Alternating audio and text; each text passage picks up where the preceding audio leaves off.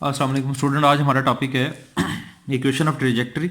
Equation of trajectory हमने find out करनी है प्रोजेक्टाइल की, और हमने डिस्कस करना है नेचर ऑफ ट्रेजेक्ट्री कि ट्रेजेक्ट्री जो है वो किस शक्ल की बनेगी। असल में ट्रेजेक्ट्री क्या होता है? ट्रेजेक्ट्री वो पाथ होता है जो कोई प्रोजेक्टाइल फॉलो करता है। मसलन अब आप यहाँ पर आपने देखा होगा कि आप लोगों ने आज तक जितनी भी मोशंस पढ़ी हैं वो सारी की सारी लीनियर मोशन थी। ठीक हो गया, वन डायमेंशन मोशन पढ़ी है। आज हम टू डायमेंशन मोशन पढ़ेंगे, और ये बात याद रखें कि two dimensional motion under gravity is called projectile motion. ये देखें डेफिनेशन लिखी हुई है, the two dimensional motion of a body under the action of gravity is called projectile motion. इसको हम प्रोजेक्टाइल मोशन कहते हैं। जैसे आपने देखा होगा कि अगर हम कोई चीज़, कोई फुटबॉल वगैरह जो है वो फेंकते हैं या कोई गेंद वगैरह फेंकते हैं, तो गेंद जो है वो साथ साथ आगे भी जाती है और साथ साथ वो डाउनवर्ड भी जाती है। जैसे कि कुछ ऐसे है कि फ़र्ज़ करो ये एक हॉरिजॉन्टल प्लेन है और ये एक वर्टिकल लाइन में खींच रहा हूँ, वाई एक्सिस, ये हमारा एक्स एक्सिस है, ये अर्थ है, ये इसको आप अर्थ मान लें। यहाँ से अगर मैं एक बॉडी को फेंकता हूँ तो ये बॉडी जो है वो आगे की तरफ भी जा रही है, ये देखें फॉरवर्ड भी जा रही है और अपवर्ड भी जा रही है। जो ही हम यहाँ पर आते हैं तो ये फॉरवर्ड भी जाएगी और डाउनवर्ड भी आएगी। कहने का मतलब है इसका जो मोशन है वो टू डायमेंशनल मोशन है। तो इस तरह की जो मोशन है उसको हम क्या बोलते हैं? Projectile motion. उसके बाद देखें, the projected body is called projectile. जिस बॉडी को प्रोजेक्ट किया जाता है उसको हम क्या बोलते हैं? प्रोजेक्टाइल। उसके बाद the path follow by the projectile during the motion is called trajectory. Projectile जिस रास्ते पर चलता है, जिस रास्ते को फॉलो करता है, उसको हम क्या बोलते हैं? उसकी ट्रेजेक्ट्री बोलते हैं। तो हमने इसी ट्रेजेक्ट्री की इक्वेशन फाइंड आउट करनी है, और इक्वेशन की तरफ देखकर ये बताना है कि जो ट्रेजेक्ट्री है उसकी शक्ल एलिप्स है, हाइपरबोला है, पैराबोला है, सर्कुलर है, किस तरह की है। देखें, ये आपके पास एक फिगर है, ये आपका हो गया एक्स एक्सेस, ये हो गया वाई एक्सेस। एक बॉडी है जिसका मैस m है, उसको हमने इनिशियली वी नॉट वेलोसिटी से फेंका, ये वी नॉट वेलोसिटी है। आप देख रहे हैं कि ये वी नॉट वेलोसिटी ना ही लॉन्ग एक्स एक्सिस है ना ही लॉन्ग वाई एक्सिस है। तो हम इस वी नॉट के दो कंपोनेंट बनाएंगे, एक होगा V X along X axis, दूसरा कंपोनेंट होगा V Y along Y axis. और ये जो प्रोजेक्टाइल है ये अलॉन्ग एक्स एक्सिस के साथ एंगल बना रहा है अल्फा। अंडरस्टैंड? तो देखें फिर क्या होगा। Consider a projectile of mass m is projected from launching point O. कहता फर्ज करो एक प्रोजेक्टाइल है, उसका मैस m है, उसको हम लॉन्च कर रहे हैं पॉइंट ओ से इन एक्स वाई प्लेन। और यह देखें ये x और ये y है, तो ये सारी की सारी जो प्लेन होगी इसका नाम क्या होगा? X Y plane. With initial velocity V naught, इसकी जो इनिशियल वेलोसिटी है वो क्या है? वी नॉट है। Which make angle alpha with x axis. ये एंगल अल्फा बना रही है किसके साथ? एक्स एक्स के साथ। तो फिर क्या होगा? आप लोगों ने पढ़ा था वेक्टर्स में कि जब हम किसी वेक्टर्स को उसके कंपोनेंट में रिजॉल्व करते हैं तो एक्स कंपोनेंट जो है वो उसके साथ कॉज आता है और वाई कंपोनेंट के साथ क्या आता है? Sine. The horizontal component of velocity का जो हॉरिजॉन्टल कंपोनेंट है मतलब अलॉन्ग एक्स एक्सिस, उसका नाम होगा वी एक्स, और ये बराबर होगा वी नॉट कॉज अल्फा। ठीक हो गया। इस तरह वर्टिकल कंपोनेंट जो है वो क्या होगा? वी वाई, और ये बराबर होगा वी नॉट साइन अल्फा। ये सारा आप पहले पढ़ चुके हैं। The value of the velocity in the terms of components, components की फॉर्म में इसकी जो वैल्यू है वेलोसिटी की वो क्या होगी? V naught vector is equal to V X आई जमा वी वाई जे। कुछ ऐसे है, देखें अगर ये मैं आपके पास एक्स वाई प्लेन बनाता हूँ एक, ये है बॉडी की वेलोसिटी वी नॉट, इसके कंपोनेंट में सॉल्व करता हूँ तो चूंकि ये लॉन्ग एक्स एक्सिस इसका नाम होगा वी एक्स, और यहाँ से लेकर यहाँ तक जो है इसका नाम होगा वी वाई। ठीक है। तो according to head to tail rule ये भी वेक्टर है, ये लॉन्ग एक्स एक्सिस है, ये लॉन्ग वाई एक्सिस, जे आएगा इसके साथ। तो यहाँ से जो इक्वेशन हमारे पास बच्चों बनेगी वो बनेगी V naught is equal to V X I plus V Y J, और यहाँ पर जो एंगल बन रहा है वो क्या बन रहा है? अल्फा। ये अल्फा एंगल है। अंडरस्टैंड? वो जो इक्वेशन मैंने आपको बुक के बताई है वो इस तरह बनी है। उसके बाद देखें V naught is equal to आ जाएगा V X I plus V Y J according to figure. ठीक। अब यहाँ पर वी एक्स की वैल्यू हम लगा देंगे वी नॉट कॉज अल्फा, साथ आई आ जाएगा। इसी तरह प्लस वी वाई की वैल्यू है वी नॉट साइन अल्फा, साथ आएगा जे। अब आपको पता है position of the projectile at time T is, projectile की टी टाइम के बाद जो पोजीशन होगी उसको हम डेफिनेटली आर से रिप्रेजेंट करते हैं, और वो बराबर होगी एक्स आई जमा वाई जे। ये कैसे आया देखें ज़रा। अगर मैं इसको इस फिगर को एक्स और वाई की फॉर्म में बनाऊं, देखें बच्चे, ये आपका एक्स एक्सिस है, ये आपका क्या है, वाई एक्सिस है, ये ओरिजिन है, ये प्रोजेक्टाइल है, प्रोजेक्ट हुआ, ये पहुंचा इस पॉइंट पर आफ्टर टाइम टी। तो अगर इस यहाँ से लेकर यहाँ पर फर्स्ट करो पॉइंट पी था जहाँ पर प्रोजेक्टाइल पहुंचा हुआ है आफ्टर टाइम टी टाइम के बाद, तो यहाँ से लेकर यहाँ तक जो पोजीशन वेक्टर होता है हम उसको आर से रिप्रेजेंट करते हैं। इसके कंपोनेंट अगर मैं बनाऊँ तो आपके पास आ जाएगा यहाँ पर एक्स आई, और ये जो है ये क्या होगा, वाई जे। तो आपके पास यहाँ से फार्मूला जो बनेगा वो क्या बनेगा, R is equal to x I plus Y J. यहाँ पर आप एक्स की वैल्यू पुट कर देंगे, यहाँ पर आप वाई की वैल्यू पुट कर देंगे। तो देखें आपके पास आ जाएगा r is equal to x आई जमा वाई जे। और अब आप देख रहे हैं कि प्रोजेक्टाइल के ऊपर कितनी फोर्सेज अमल कर रही हैं बच्चों, प्रोजेक्टाइल के ऊपर दो फोर्सेज अमल कर रही हैं। मतलब अगर मैं आपके सामने ये फिगर रखूँ ये वाली, तो इस प्रोजेक्टाइल के ऊपर कितनी फोर्सेज अमल कर रही हैं, एक एयर फ्रिक्शन और एक इसके ऊपर अमल कर रही है ग्रेविटी। अंडरस्टैंड। और ये जो फार्मूला हम यहाँ पर बनाएंगे, यहाँ पर हम ग्रेविटी को इग्नोर करेंगे फिलहाल। देखें क्या होगा सॉरी फ्रिक्शन को इग्नोर करेंगे। अगर हम यहाँ पर एयर फ्रिक्शन को इग्नोर करें तो जो ग्रेविटी है वो फिलहाल यहाँ पर एग्जिस्ट कर रही है।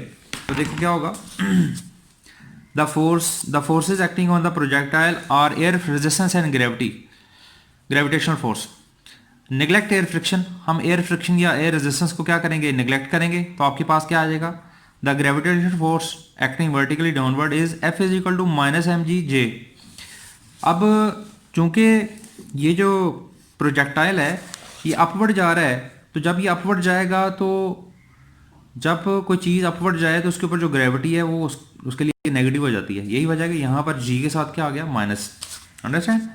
यहाँ पर माइनस का साइन क्यों आ रहा है, माइनस का साइन यहाँ पर इसलिए आ रहा है कि मोशन अपवर्ड है, ग्रेविटी डाउनवर्ड है, तो cos 180 जो है वो बनेगा उनके दरमियान एंगल, तो उसके लिए आज से भी माइनस का साइन आ जाता है। या ऐसा भी कह सकते हैं हम कि जब हम ग्रेविटी के अपोजिट जाते हैं तो माइनस का साइन लगाते हैं हम।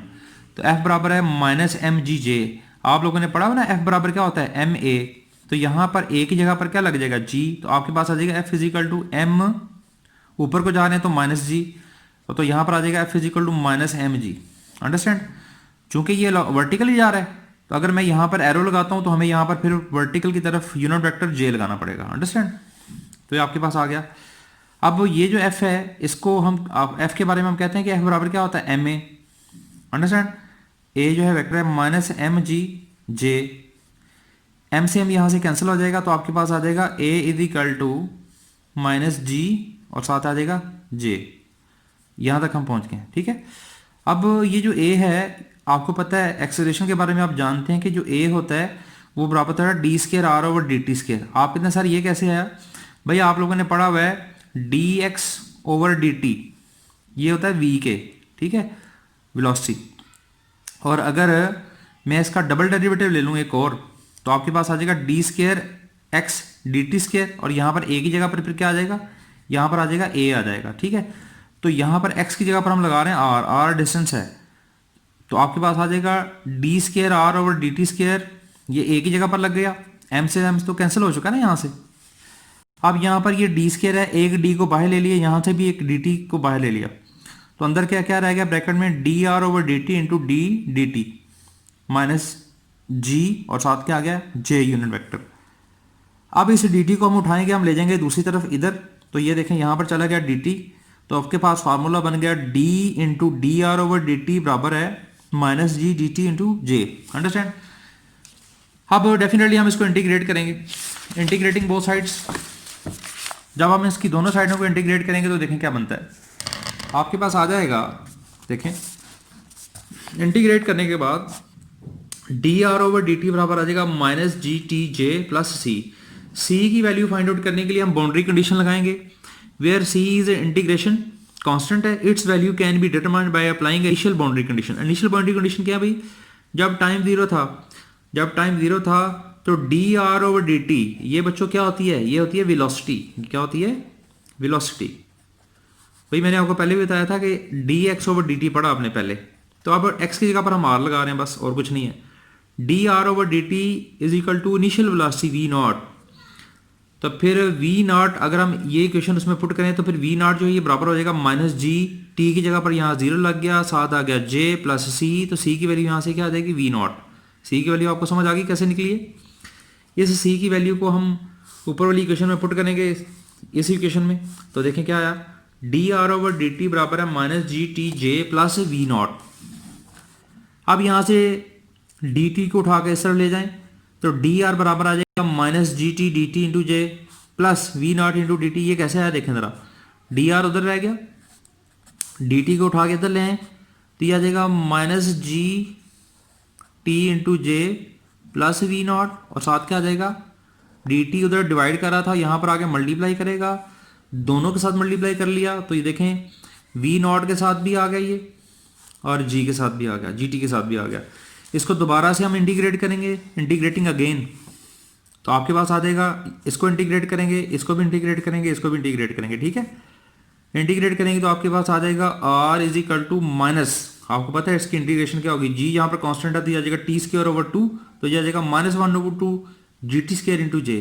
इसकी इंटीग्रेशन बड़ी आसान है, बेसिक ही है, plus we naught into T.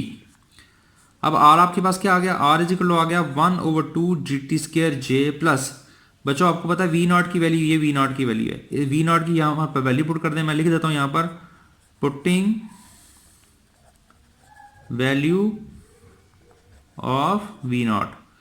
We naught की वैल्यू पुट करने पर वी नॉट आपने पीछे पढ़ा था कि आपका जो वी नॉट है वो किसके बराबर होता है, देखें यहां से निकाला था हमने, ये देखें ये वी नॉट है, इस वी नॉट की वैल्यू पुट की हमने यहां पर, ठीक है। ये जो वी नॉट है इसकी वैल्यू जब हम वहां पर पुट करेंगे तो देखें क्या होगा, आपके पास आ जाएगा, ये देखें r is equal to minus 1 over 2 G T square J plus we naught cos alpha I plus we naught sine alpha J into T. ये थर्ड इक्वेशन होगी।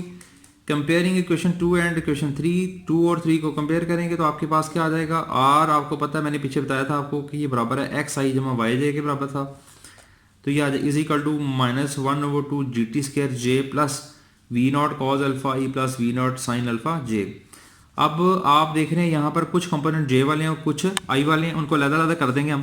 देखें ये जो वी नॉट कॉज अल्फा आई है इसको अलग कर दिया मैंने, और इसी तरह ये वाला जे वाला है और ये वाला भी क्या है जे वाला, इनको इकट्ठा कर देंगे, v naught sine alpha minus 1 over 2 जी टी के, और साथ क्या आ जाएगा j. Comparing coefficients of i and j, i और जे के कॉफिशिएंट को कंपेयर करने पर क्या होगा, देखो ये आई का कंपोनेंट एक्स के साथ है, जे जो है वो किसके साथ है, वाई के साथ, तो यहाँ से x जो है ये बराबर आ जाएगा v naught cos alpha t, क्यों, ये भी आई वाला है और ये भी आई वाला है, x इज इक्वल हो जाएगा v naught cos alpha t, और इस तरह y जो है ये बराबर आ जाएगा v naught sine alpha t minus 1 over 2 G T square. ये देखें ये आ गया, आई और जे के कॉफिशिएंट जो थे उनको कंपेयर कर लिया हमने, ये किया, इसको क्या देंगे इक्वेशन 4 और इसको क्या कहेंगे 5।